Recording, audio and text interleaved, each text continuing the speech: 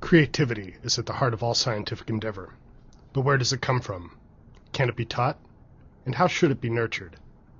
Pitt Med sits down with Associate Vice Chancellor for Health Policy and Planning, Jeremy Berg, and Harvard chemist George Whitesides to discuss the topic. Whitesides delivered the Provost Lecture at Science 2011 on the role of water in protein-ligand interaction. Berg arrived at Pittsburgh recently from the National Institute of General Medical Science at the National Institutes of Health. Berg begins the conversation.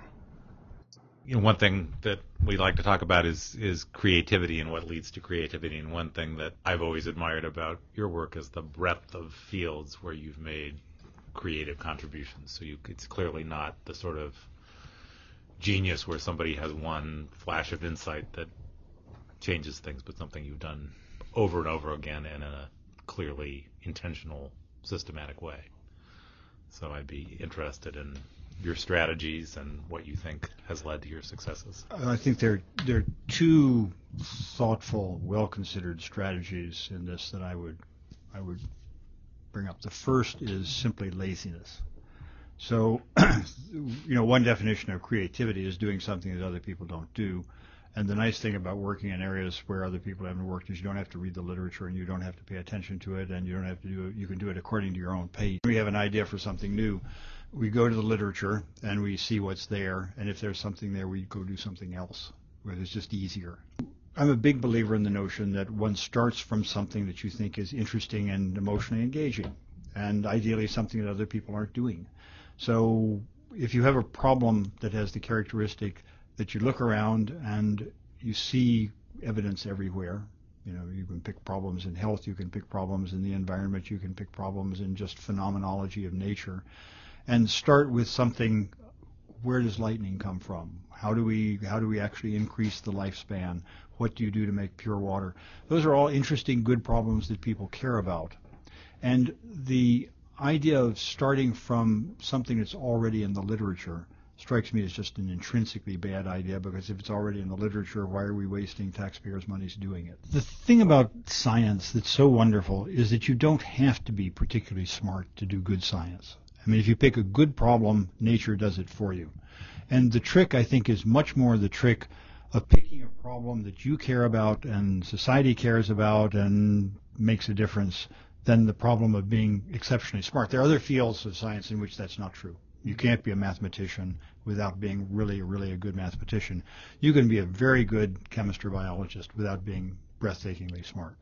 So putting yourself in a situation where you allow nature to be helpful. Pick a problem that's interesting where the answer isn't known and go and do sensible experiments, and you'll often come up with something that's really quite useful and interesting. Just to push back on what you said, I mean, obviously what you talked about today with protein ligand interactions in drug design is something that a lot of people have thought a lot about. Right. But I think certainly one of the messages I got from your lecture was, don't believe everything you think. That questioning the sort of underlying assumptions that have been made and sort of digging into the fundamentals can lead you in interesting directions. Yes, but there's also another thing about that problem, and that is that we know that people have been trying to design ligands to fit proteins for as long as you and I have been in the business. And it doesn't work. Basically, retrospectively, people will claim success, but it basically doesn't work. And when smart people, well equipped with the best tools that are available, try at something for years or decades and it doesn't work, you begin to get the idea there's something underlying that's wrong. sorry. So in that particular area, it's a little bit of a special circumstance because the relation of water and biology is actually a big, important problem. I don't think anybody would argue that. And there's been something wrong with our ability to understand how molecules interact in biology, which means in water.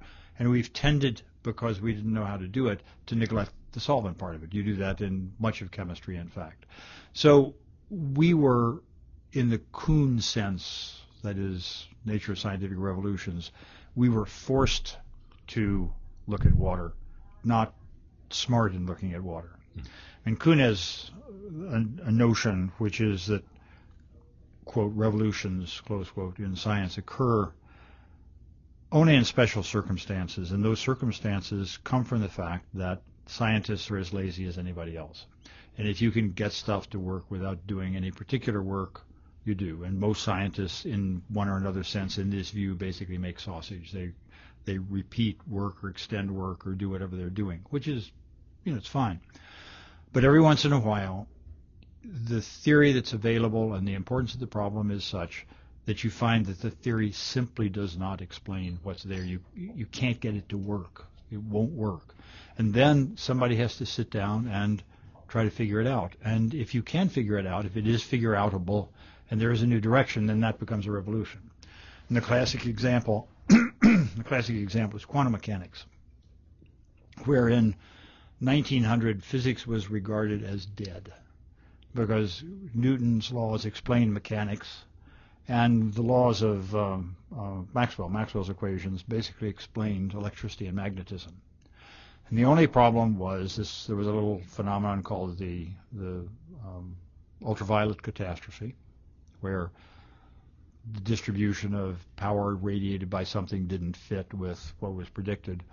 And then a simple experiment in which you took a prism and a slit, and you took the solar light and you spread it out on a wall, and instead of being perfectly continuous, there were these funny black lines, and there was nothing in the theory at that point that explained the black lines. And try as you might, you couldn't get a consistent theory to explain the black lines. And so what happened in 1925 was this flurry that led to quantum mechanics. And quantum mechanics said not that Newtonian mechanics and Maxwell's equations were wrong, in fact they're right, but there's an underlying story which shows that there's other things going on underneath that we hadn't known. And I think there's the same kind of thing in biology. I think we don't have all the tricks, all the basics of understanding biology. But how do you train a young scientist to seize these opportunities? Berg and Whitesides give their views. I think Jeremy and I will probably have opinions on this, but one of my views is that the way you prepare people to do that is that you encourage them when they're in the stage where they can be encouraged not to be timid. That is, find something that you think is important in which the answer actually isn't known. And then the encouragement that you can give as a research director is to say, go try it. I mean, if it's possible, you're as smart as anybody and it'll work. You do that as a couple of times as a student. You do it for a couple of times as a student. It won't work every time. But for good people, it basically always works. It isn't necessarily the answer that you expect, but something comes. One issue which I think is really important in thinking about education is many problems that are interesting and important are at the interface between traditionally separate fields. And so the temptation is to work at an interface. Right. But that only works if you actually know a lot, the fundamentals about one side of the fence or the other. So, in my case, I had the luck of being sort of completely convinced I wanted to be a chemist, and then discovering biology later on. So I learned a lot of fundamental chemistry, including from people around here, and then moved into biology and had this, relatively deep understanding of chemistry, which both good fundamental grounding, which helped me make sure that I didn't violate the laws of thermodynamics and so on, but also brought ideas into biology which weren't commonplace. They were fairly commonplace in chemistry, but that gets you sort of a leg up on a problem where you can apply a new tool. So, the ideal training environment, you sort of don't let people know where they're going to go. train them in one field and then say, okay, now you can look behind the curtain and find out whether new direction. And the danger, I think, is with too much interdisciplinarity is teaching people, a lot about the border between two fields, which is great for the next 3 or 4 or 5 years where that's an interesting frontier. But when that problem gets solved, then they don't know enough to go find a new one. There's also another, I think this is something which is similar to what Jeremy is saying. There are things that as a scientist you actually have to know. You have to know, in my view, for this area, you have to know thermodynamics, you have to know something about descriptive metabolism and related things. You have to know how catalysis actually works. You have to know the fundamentals of statistical mechanics and quantum mechanics. You have to know something about electromagnetism. These are all hard subjects that require bending your mind when you're doing it. But the laws of electromagnetism in biology are exactly the same as the laws of electromagnetism in physics or in circuit theory or anything else. If you get it early, you're then prepared to talk to anybody, for one thing, and to do research without doing truly stupid things that violate. My entire career as a consultant has been spent doing one thing, which is to ask the question basically of, does the proposed project violate the second law of thermodynamics? And frequently it does, and when it does, you can say with perfect confidence that you should not do this because it will not work. And they say, well, how do you know it can't work? And I say, I know it can't work. It violates the laws of thermodynamics. Well, in this, in physics and chemistry, what you need to know is well defined. But one thing I've learned moving into biology and medicine is that there also are the same level of information. It's not quite as fundamental in terms of being able to write it down as Maxwell's equations or something. But when I moved into a field from chemistry, which had a lot of implications in developmental biology, I would come up with these wonderful theories and would talk to a real developmental biologist who would say, that can't possibly be right because, it wouldn't predict this and this and this, and those are all known to be absolutely true. So there's a base of knowledge in lots of fields that you need to master in order to avoid being, doing things that are just silly. But there is another side of this, though, which is that the word that I've come to be very unhappy with is the word apprentice. An apprentice is, we hear this often in science, that a graduate student is an apprentice in the research group. He's learning the techniques of the master. It's exactly the wrong way to do it, because the issue is that the master is the master of whatever it is that the master is the master of at that time and place. And 5 years later, it's going to be something else. And somebody who's young, who goes off and does something which is encouraged to go do something which is not, in fact, apprentice work. It is maybe not even clear what it is that they're going off and do, but the two of them, the older person and the younger person, older bringing standards and understanding of what constitutes proof, and younger bringing a different point of view and the ability to actually do the work and think about things, that can be a very powerful combination. I think much more powerful than saying, I, as an older person, know this set of techniques and you've got to learn that set of techniques. If you do, you'll be like me. And I think the masterclass environment in which you do something with somebody who really knows how to do it well, and they help you to learn how to do it well, as opposed to teaching you how to do it, is the right way of doing things. And the great thing about the U.S. system, at least in the past, has been that as a young independent investigator, as an assistant professor, you could go do what you wanted to do. I have to say I'm a little worried right now because there's so much emphasis on getting money that people begin to try to game the system as opposed to doing what they really want to do, and that's pretty troublesome to me. But the basic idea is go make mistakes, and make mistakes in a forgiving environment, and if you're smart, you'll work it out. No, I would second that. I mean, I was also blessed with supervisors and mentors who would give me the freedom to go off and do things and make mistakes. And it's a lot like parenting. You want to sort of, there are mistakes to be made, but you want somebody to feel comfortable exploring and confident to go off and explore. And if they're heading to wander onto the freeway or something like that, you go over and sort of nudge them back away from it. But either that, or you note the fact that if they're having problems staying off the freeway, maybe right. The freeway is the right way. But it's, I think the fear, and, I share George's concerns, is that if you if you build cautiousness and timidity into the system, you're going to seriously limit what comes out the other way. And when I was at NIH, we were involved in developing a couple of programs, and one of the most satisfying things about the programs, which were intended for young investigators and highly innovative projects, was I got several emails and phone calls from people who didn't get the award saying it was so much fun to write about what I really want to do as opposed to what I thought I could get funded to do, that it really helped. What I tell my students is that what I want them to do is to come to me and astonish me, to come with an idea that I just would never have thought of myself. And they do it regularly. Yeah, that reminds me, I had the good fortune of having as a graduate student Yigong Shi, who's now the partner in the program between Pitt and Tsinghua.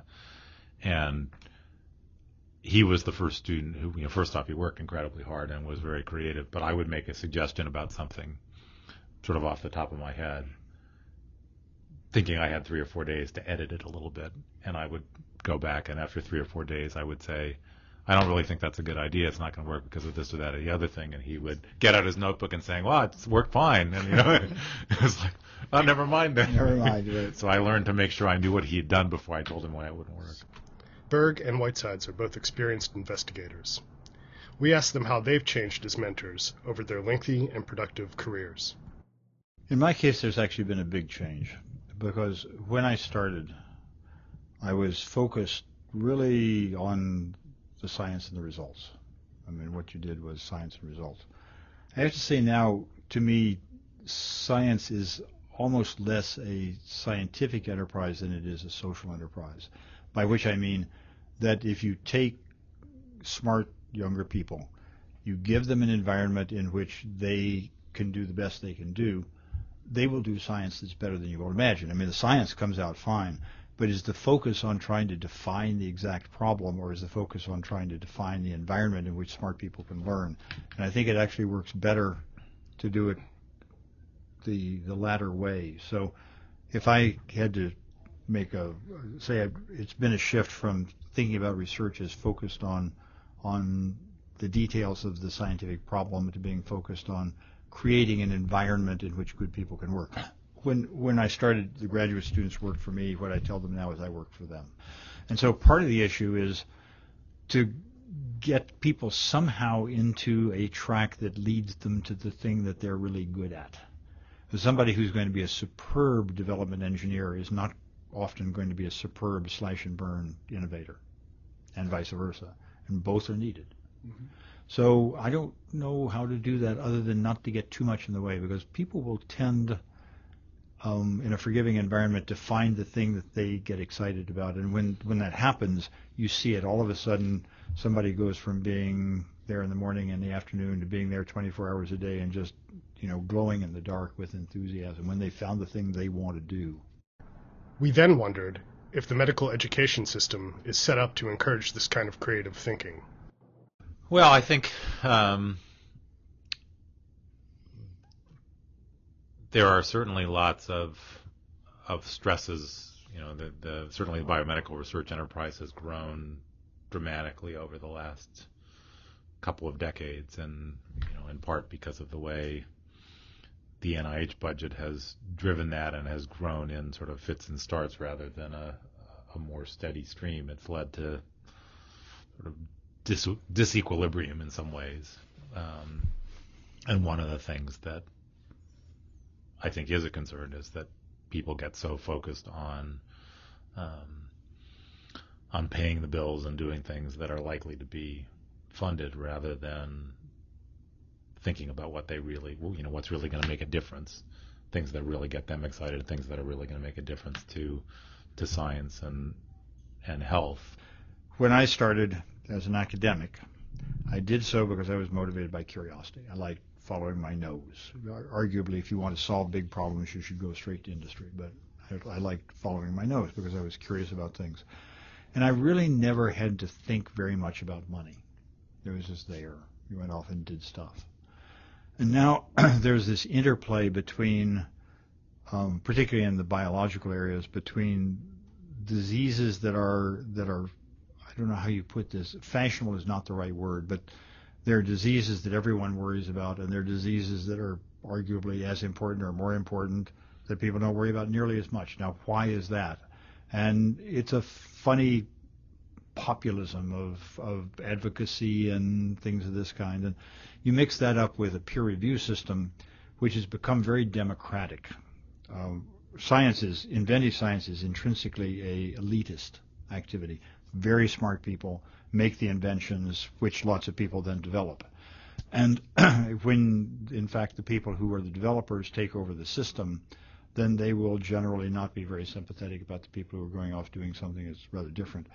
I think we somehow have to get around that.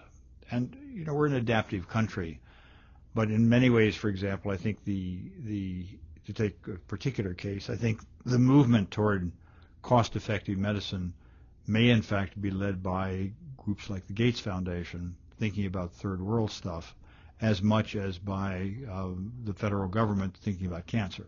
They're different focus. Both of them are important. But if I had put my money on something making a difference, it would actually be the public health approach rather than it would be the cure cancer approach. This Pitt Medcast interview was conducted and edited by Pitt Med Senior Editor Joe Miksch. Miksch can be reached at jmiksch@pitt.edu.